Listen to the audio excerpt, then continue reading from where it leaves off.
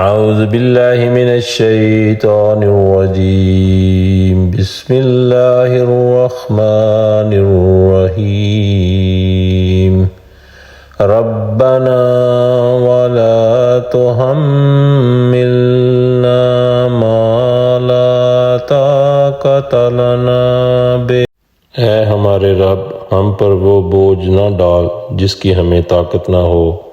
سورہ البقرہ۔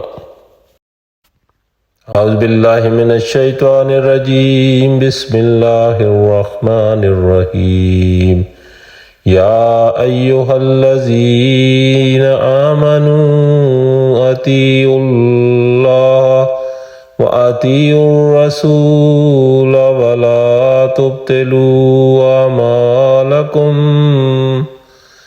اے ایمان والو، اللہ کی اطاعت کرو اور رسول کی اطاعت کرو اور اپنے اعمال کو برباد نہ کرو۔